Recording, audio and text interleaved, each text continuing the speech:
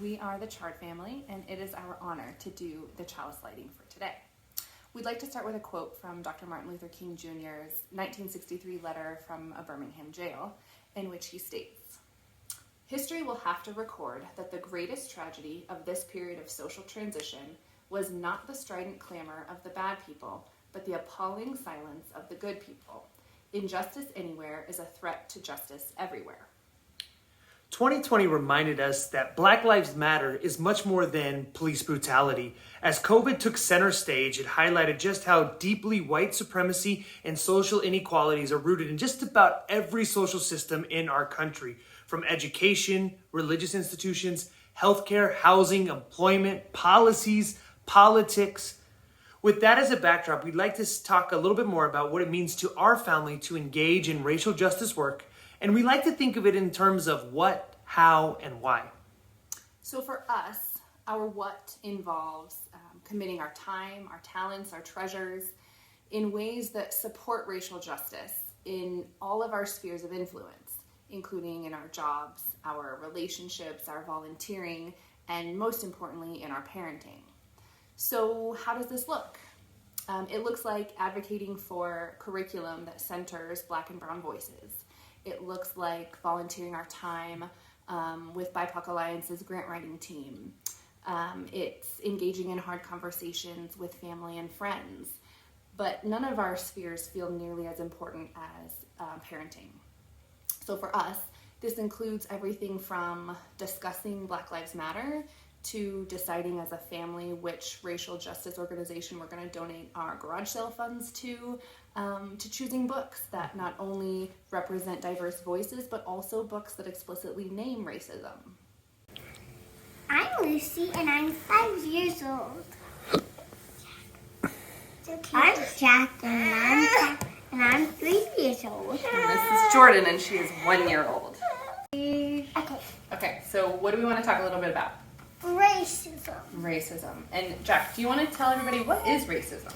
It's when you treat people badly. When you treat people badly, why? Because the color of their skin. Right. Or their skin. Right. And what do we do in our household? We know everybody's skin is beautiful. Uh-huh. And why is it important in our family that we talk about racism? It's because some people are treated badly because of the color of their skin. Uh-huh. And so by talking about it, what does that help us do if we were to see it? We would stop racism right away. Right. Okay. So one of the other ways we talk about racism is through what? Books? Books. So would you like to show everybody a couple of your favorite books that talk about racism? Yes. Something happened in our town. Something happened in our town. Not quite Snow White. Not quite Snow White. And Intersection allies. an intersection allies. Okay. That's a lot of... This year we have seen many people begin to do the what and the how. And if we're going to make true systemic and enduring change, if we are going to get to a place where our hearts truly break open, we have to uncover our why.